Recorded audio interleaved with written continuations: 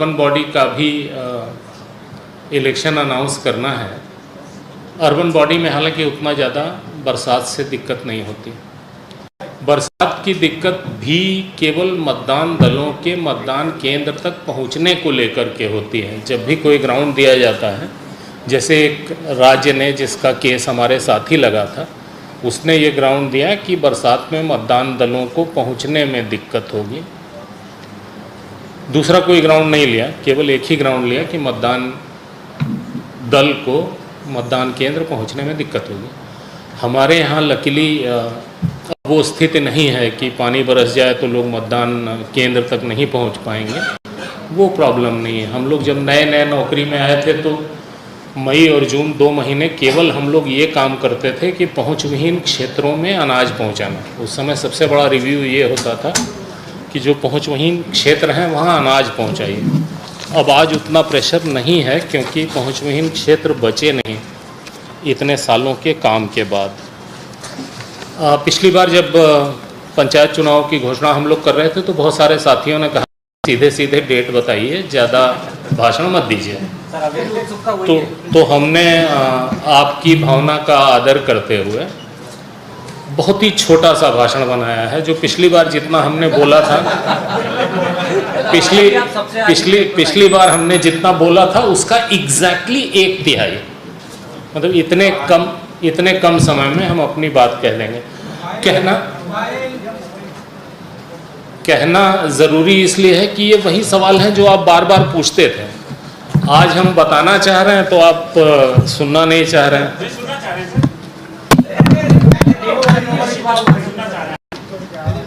ठीक है, जो रूरल डेवलपमेंट ने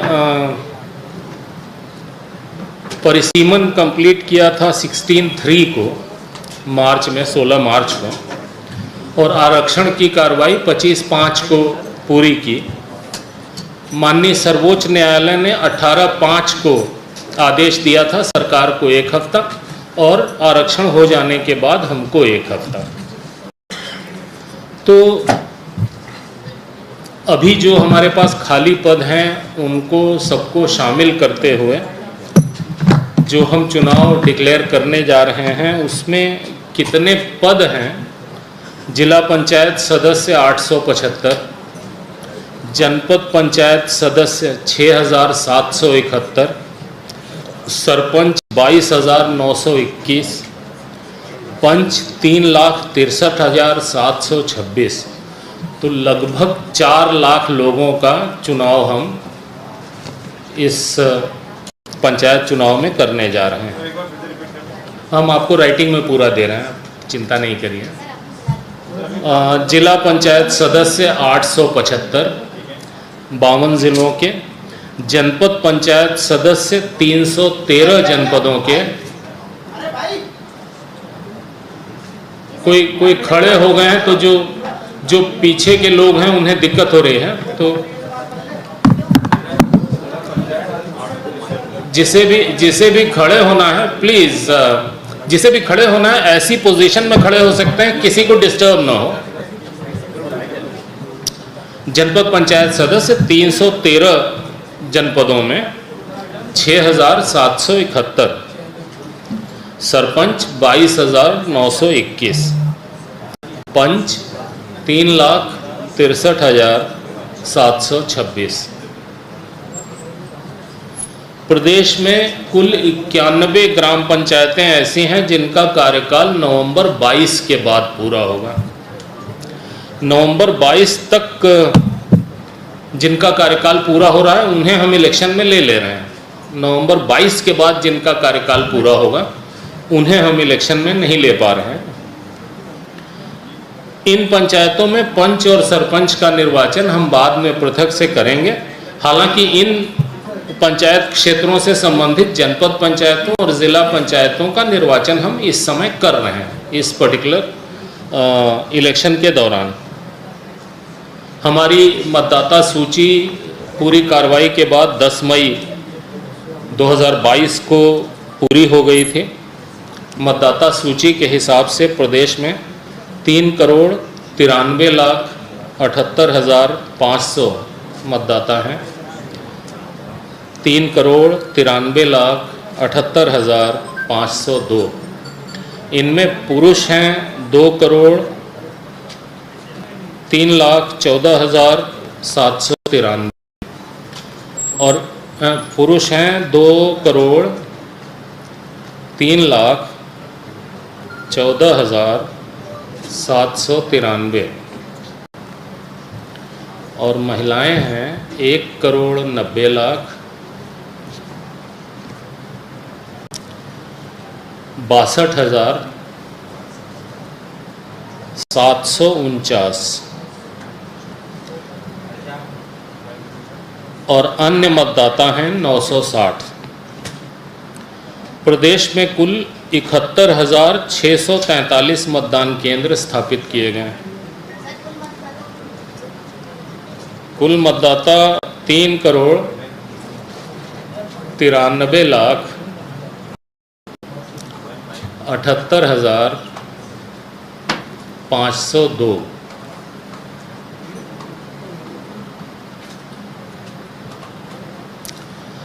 कुल 71,643 मतदान केंद्र स्थापित किए गए।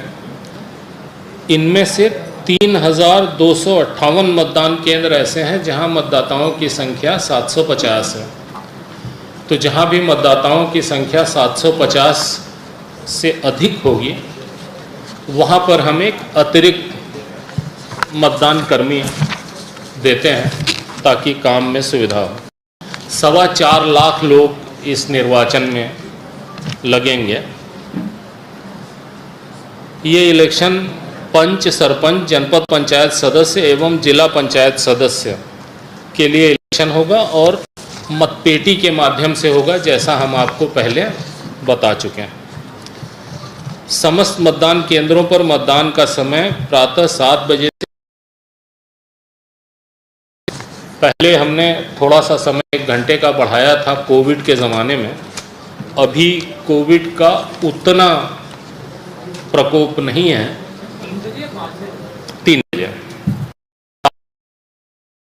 मतदान केंद्र पर ही मतगणना होती है, तो इसलिए ध्यान रखना जरूरी होता है। मतदान के लिए मतदाता को पहचान पत्र लाना होगा। 23 तरीके के पहचान पत्र हैं जो हम रिकॉग्नाइज करते हैं, उनमें से कोई भी एक लेके आएंगे तो उनको माना जाएगा। जो त्रिस्तरीय पंचायत हैं, इनके सभी पदों की मतगणना मतदान समाप्ति के पश्चात मतदान केंद्र पर ही की जाएगी। हर मतदान केंद्र पर मतगणना होगी। पंच, सरपंच, जनपद पंचायत सदस्य, इन पदों की मतगणना का सारणीकरण, टैबुलेशन और निर्वाचन परिणाम की घोषणा ब्लॉक मुख्यालय पर की जाएगी, विकास खंड मुख्यालय पर की जाएगी। जिला पंचायत सदस्य के लिए मतों का टैबुलेशन तो विकास खंड पर हो जाएगा, लेकिन फिर वापस ज़िला मुख्यालय पर उसका टैबुलेशन होगा और इलेक्शन डिक्लेयर होगा। मतलब ब्लॉक से जिला पंचायत सदस्य को छोड़कर बाकी सारे इलेक्शन डिक्लेयर होंगे, रिजल्ट डिक्लेयर होंगे, केवल जिला पंचायत सदस्य का डिक्लेयर होगा। इसमें हम आईटी का उपयोग करते हैं, जो हम कई बार आपको बता चुके हैं, इसलिए हम ये चीज़ें छोड़ दे रहे हैं। बस मतदाता सूची में अपने दर्ज नाम की जानकारी किसी को भी चाहिए तो वो www.mplocalelection.gov.in पर अवेलेबल है। पिछली बार भी हमने बताया था, हमने अखबारों में भी इसका प्रचार किया है। ये इम्पॉर्टेंट है, इससे लोग देख सकते हैं, या चुनाव मोबाइल ऐप है हमारा, उससे भी देख सकते हैं। स्ट्रांग रूम मतदान केंद्रों एवं मतगणना स्थलों पर आवश्यक सुरक्षा व्यवस्था रहेगी। सेक्टर जोनल मजिस्ट्रेट्स रहेंगे। आयोग मुख्यालय में एक कंट्रोल रूम हमने बनाया है, जहां पर राउंड द क्लॉक लोग अपनी शिकायत कर सकते हैं। इसका नंबर नोट कर लीजिए सभी लोग, 0755 255 1076 0755 255 1076। निर्वाचन में हम पर्यवेक्षण के लिए हर ज़िले में प्रेक्षक नियुक्त करते हैं, जो हम नियुक्त कर रहे हैं। एक आध दिन में हो जाएगा। मतदाता जागरूकता के लिए बहुत सारी गतिविधियों का हम आयोजन करते हैं, वो कंटिन्यूअसली चालू रहेंगे। अभी जैसे ही बोलेंगे, जब तक नहीं बोल रहे हैं तब तक दिक्कत नहीं है, जैसे ही तिथि बोलेंगे वैसे ही आदर्श आचरण संहिता लागू हो जाएगी, जो केवल पंचायत क्षेत्र के लिए होगी। अर्बन बॉडी के लिए तब लागू होगी जब हम अर्बन का इलेक्शन डिक्लेयर करेंगे। निर्वाचन के दौरान मतदाताओं को प्रभावित करने संबंधी घटनाओं पर नियंत्रण के लिए आयोग आदर्श आचरण संहिता जारी करता है, जो निर्वाचन कार्यक्रम जारी होने के साथ ही प्रभावशील हो जाती है। आदर्श आचरण संहिता निर्वाचन परिणाम घोषित होने तक प्रभावशील रहेगी। कई लोग समझते हैं कि वोटिंग हो गई और आचरण संहिता खत्म हो गई, तो ऐसा नहीं होता। जब रिजल्ट डिक्लेयर हो जाते हैं तब मॉडल कोड ऑफ कंडक्ट खत्म होता है।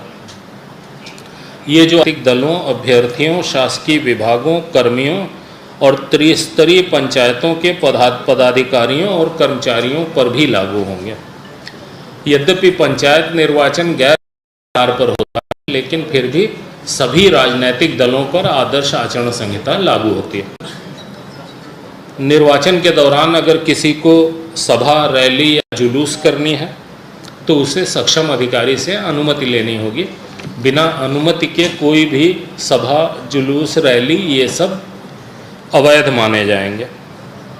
मतदान समाप्ति के समय से 48 घंटे पहले की कालावधि के दौरान सार्वजनिक सभा, जुलूस, रैली ये सब नहीं अलाउड होंगे। जो पहले से हमने बताया था कि ये निर्वाचन 3 चरणों में संपन्न होंगे। तीनों चरणों के लिए निर्वाचन की सूचना एक साथ दिनांक 30/5/2022 को संबंधित कलेक्टर एवं निर्वाचन अधिकारी द्वारा जारी की जाएगी। यानी 30 तारीख को सारे कलेक्टर 52 जिलों के वो एक साथ निर्वाचन की सूचना का प्रकाशन करेंगे। पहले फेज, दूसरे फेज, तीसरे फेज, तीनों फेज की निर्वाचन की सूचना का प्रकाशन एक साथ होगा। समस्त चरणों के नाम निर्देशन पत्र भी दिनांक 30 से ही लिए जाएंगे।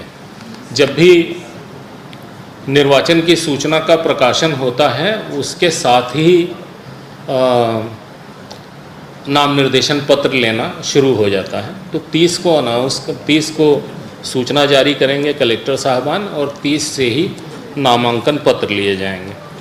नाम निर्देशन पत्र प्राप्त करने की अंतिम तारीख 6 जून होगी, सोमवार है, और इसके अगले दिन मंगलवार को नाम निर्देशन पत्रों की जांच की जाएगी, संवीक्षा की जाएगी। अभ्यर्थिता से नाम वापस लेने की अंतिम तारीख 10 जून है। 3 बजे तक नाम वापस लिए जा सकेंगे और 3 बजे के तुरंत बाद जो निर्वाचन लड़ने वाले अभ्यर्थी हैं उनकी तैयार की जाएगी और प्रतीकों का आवंटन किया जाएगा। चरणवार क्षेत्र विवरण इस प्रकार हैं। इसका जो एग्जैक्ट ब्लॉक कौन सा है ये डिटेल हम आपको दे देंगे, बिकॉज वो ढेर सारे ब्लॉक्स को अलग अलग समय में लेना है। प्रथम चरण में हम 115 जनपद पंचायत ले रहे हैं। 115 जनपद पंचायत ले रहे हैं। इनमें 8,702 ग्राम पंचायतें हैं। 8,702 ग्राम पंचायतें हैं। 702 जी, आप लोग अगर लिख रहे हो तो ज़्यादा आसान होता है। ये जो हैं, अच्छा, ठीक है। और मतदान केंद्रों की संख्या है 27,049, 27049, 27049, 27,049।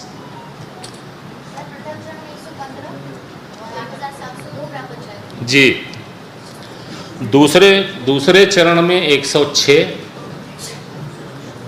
जनपद पंचायतें हैं। और ग्राम पंचायतों की संख्या है 7661। 7661, ये इस प्रकार हम मोबाइल वालों की सुविधा के लिए पढ़ रहे हैं। ठीक।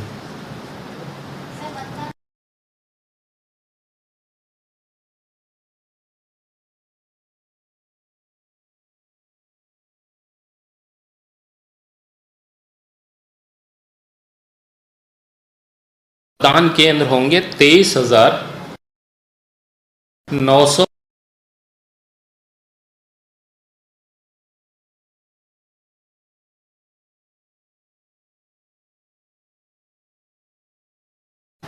विभिन्न कारणों से रिलेटिवली छोटा, उसमें 92 जनपद पंचायतें हैं, 92।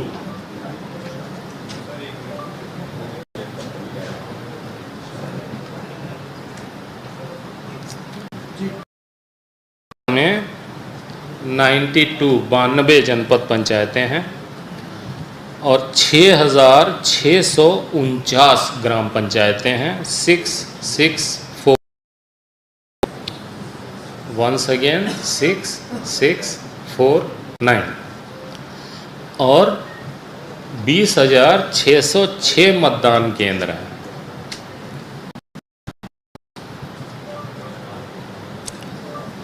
20,606, 20606।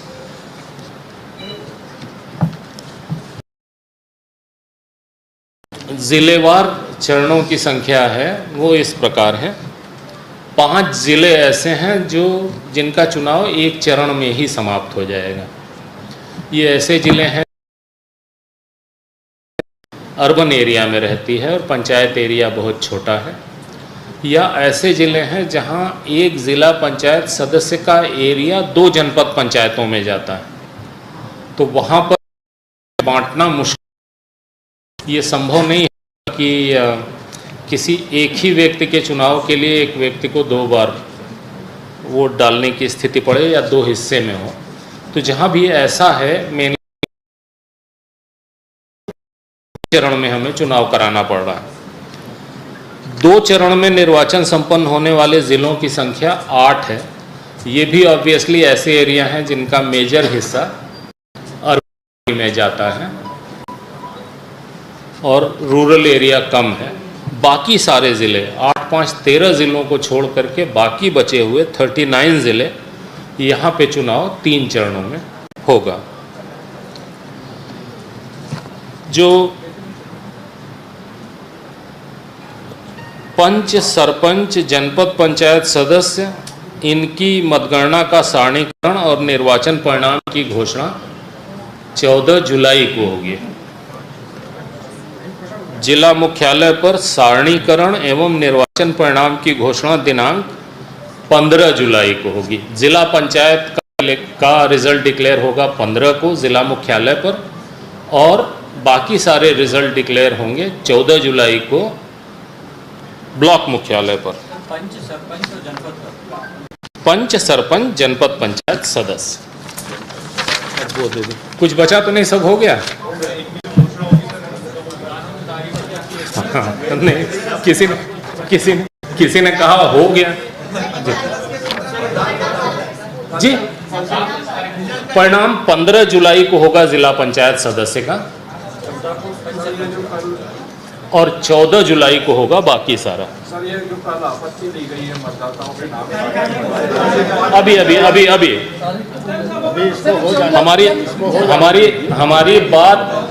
हमारी बात समाप्त हो जाने दीजिए प्लीज। उसके बाद पूछिए जिसके मन में जो भी है, और उसके बाद हमको, जब हम अर्बन एरिया का डिक्लेयर करेंगे, फिर आपको हम सादर ससम्मान सूचित करके बुलाएंगे, चाय पिलाएंगे। इस बीच में हमको फोन नहीं करिएगा। आज जिसको जो पूछना है पूछो, निडर होके, बिकॉज बहुत हमारे पास कठिन काम बचा है। 1 तारीख तक पूरा अर्बन सेट करना।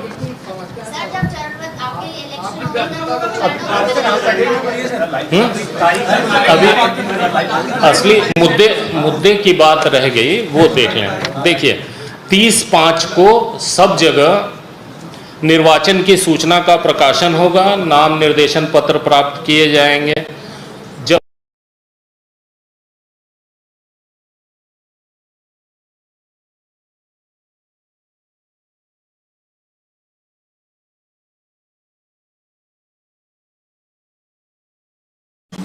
ये 3 काम उसे करने होते हैं। पहला तो बताता है कि चुनाव हो रहा है, दूसरा आरक्षण क्या क्या है, किस ब्लॉक में, किस पंचायत में, जनपद पंचायत में, जिला पंचायत में, और मतदान केंद्रों की सूची भी प्रकाशित करता है ताकि सबकी जानकारी रहे।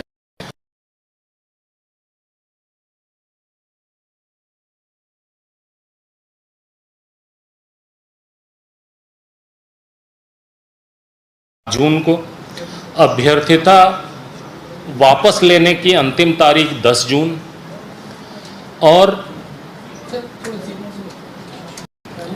फिर से ये सब पहले बता चुके हैं। अंतिम जी 6 तारीख तक नाम निर्देशन दिए जा सकते हैं। 7 को उनकी स्क्रूटिनी होगी। 10 तक लोग अपना नाम वापस ले सकते हैं और 10 तारीख को ही उनकी सूची तैयार होगी कैंडिडेट्स की, और उन्हें सिंबल्स दिए जाएंगे, निर्वाचन प्रतीकों का आवंटन होगा। मतदान हम कहते हैं यदि आवश्यक हो। यदि आवश्यक हो का अर्थ ये होता है कि जो हमें 3,63,000 पंच चुनने हैं, इनमें बहुत बड़ी संख्या में पंच बिना निर्वाचन के आते हैं, इसलिए वहाँ निर्वाचन नहीं किया जाता। निर्वाचन यदि आवश्यक हो का अर्थ ये है। पहला राउंड 25 जून को, 25 जून को, दूसरा राउंड 1 जुलाई को,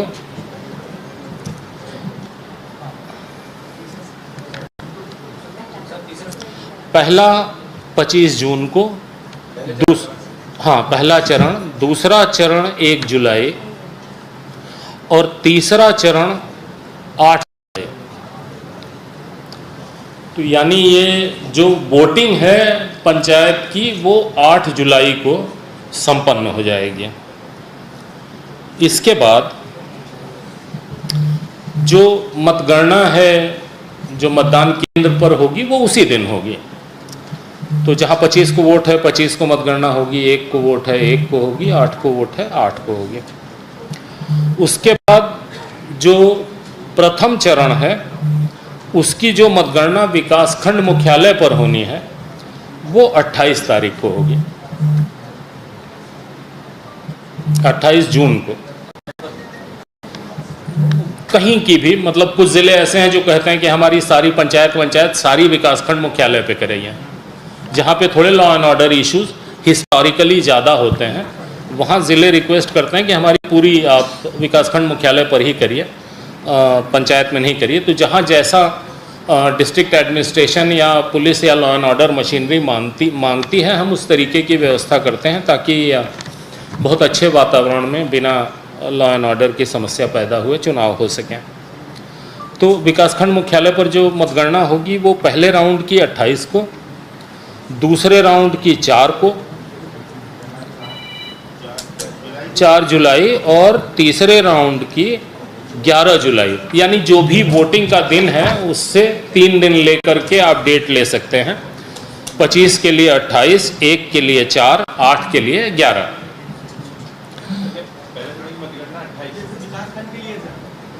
जी विकासखंड मुख्यालय होने वाली, अदरवाइज तो जो मतदान केंद्र पर ही होनी है वो तो उसी समय हो जाएगी। मतदान समाप्त होते ही मतगणना का कार्य शुरू हो जाएगा। फिर पंच, सरपंच, जनपद पंचायत सदस्य, इनके पद की मतगणना का टैबुलेशन और निर्वाचन परिणाम की घोषणा, ये पहले चरण, दूसरे चरण, तीसरे चरण तीनों की 14 जुलाई को एक साथ होगी।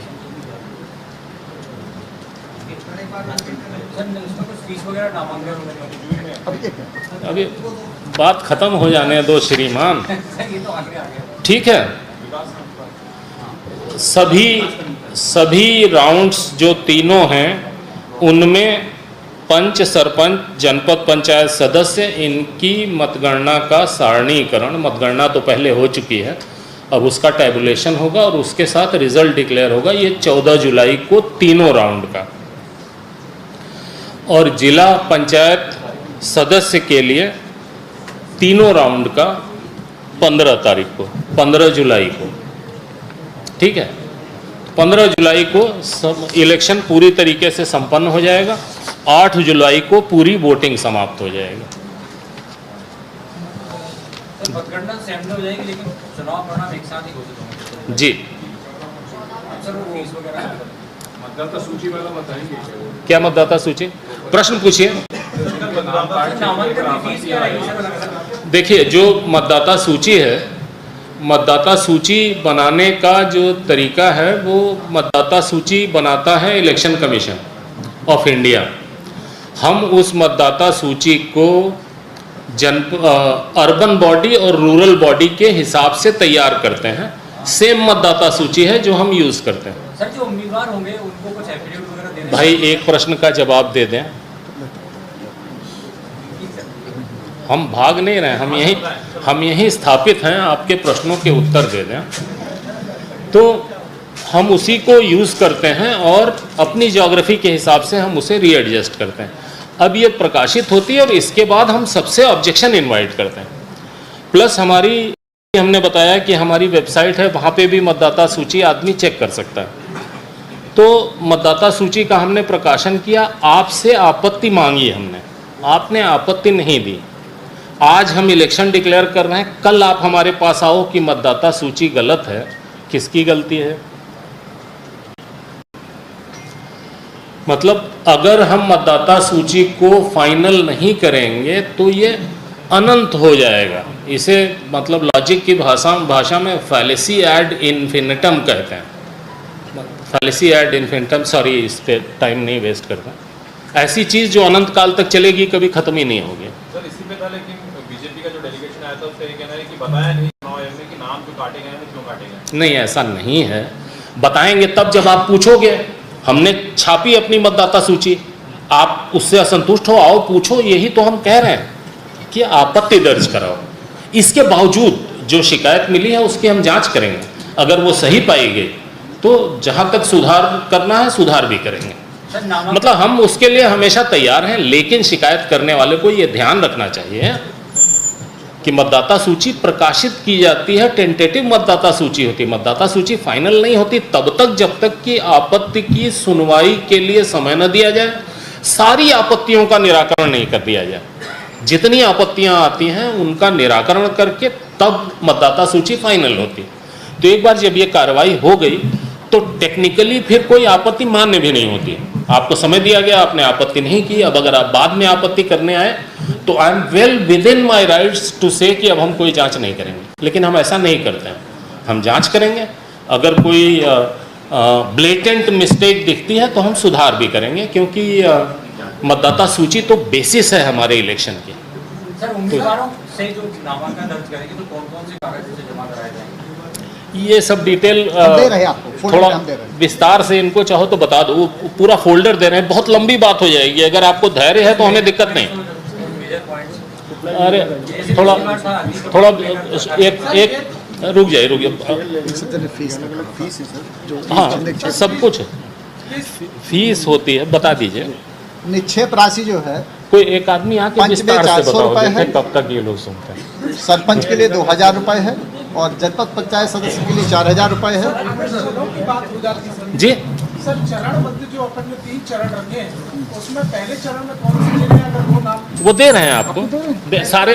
फोल्डर देखिए, में दे रहे हैं। जो 39 जिले हैं जो तीनों चरण में, केवल 5 जिले ऐसे हैं जो एक ही चरण में निपट जा रहे हैं, जो ऑब्वियसली इंदौर, भोपाल, नरसिंहपुर हमने आपको बता दिया, जहाँ पे मेजर एरिया ही अर्बन एरिया है, वो एक चरण में हो जा रहे हैं। और ऐसे ज़िले जो अर्बन एरिया ज़्यादा है लेकिन थोड़ा सा रूरल भी है, वो 2 चरण में जा रहे हैं बस। और बाकी सारे 39 ज़िले अब भैया बांट दो इसको। सर राशि बता रहे थे आप। जी, पंच के लिए है 400 रुपये निक्षेप राशि, सरपंच के लिए 2000 रुपये, जनपद सदस्य के लिए 4000 रुपये और जिला पंचायत सदस्य के लिए 8000 रुपये।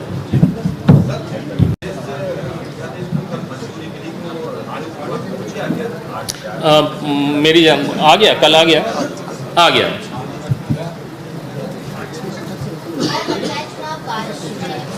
जुलाई के महीने में होने वाले हैं, इसको लेकर आप लोग अलग से क्या सहमत हैं? क्योंकि पोलिंग पार्टी को भी जो आपने अभी कहा कि रूरल एरिया में जाना होगा, तो कोई दिक्कतें आ सकती हैं, लेकर अलग से जो माननीय सुप्रीम कोर्ट ने आदेश दिया, उन्होंने ये कहा कि आप तो 1 हफ्ते के अंदर इलेक्शन डिक्लेयर करो। सबको दे रहे सभी को मिलेंगे please. your program can be modified as and when any exigency arises। उनके आदेश का मतलब ये कि आप तो इलेक्शन डिक्लेयर करो, इलेक्शन कराओ, जब कोई घटना घट जाएगी तब तय करना कि चुनाव कराएं या थोड़े दिन बढ़ा दें। सर पहले की जो राशि जमा होगा वो सब में कलेक्टरों को बोल दिया हमने कि सबको लौटा दीजिए, अब तक लौट भी गया होगा, नामांकन लौटा दिया गया। हाँ, ऑनलाइन भी रहेगा, लेकिन ऑनलाइन नामांकन करने के बाद भी वो पर्सनली कलेक्टर को देना पड़ेगा, रिटर्निंग ऑफिसर को, जो भी रिटर्निंग सर ऑफिसर। ये चीज पता लग सकती है क्या सर कि जो आरक्षण अभी ओबीसी का हुआ है उसमें कितने प्रतिशत का आरक्षण हुआ होगा कुल सर? नहीं, ये सरकार बताएगी, आरक्षण हमारा डोमेन नहीं है।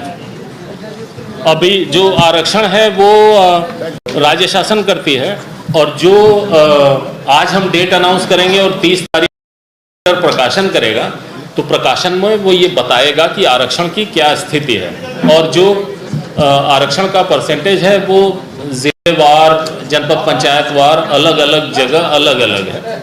वो हमारा डोमेन नहीं है, इसलिए हमने उस पर ध्यान नहीं दिया। हाँ, बता दीजिए। इस बार नहीं है, पंचायत में नहीं,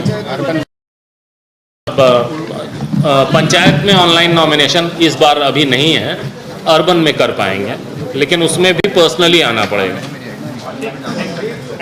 क्या चाहिए? हो गया भाई।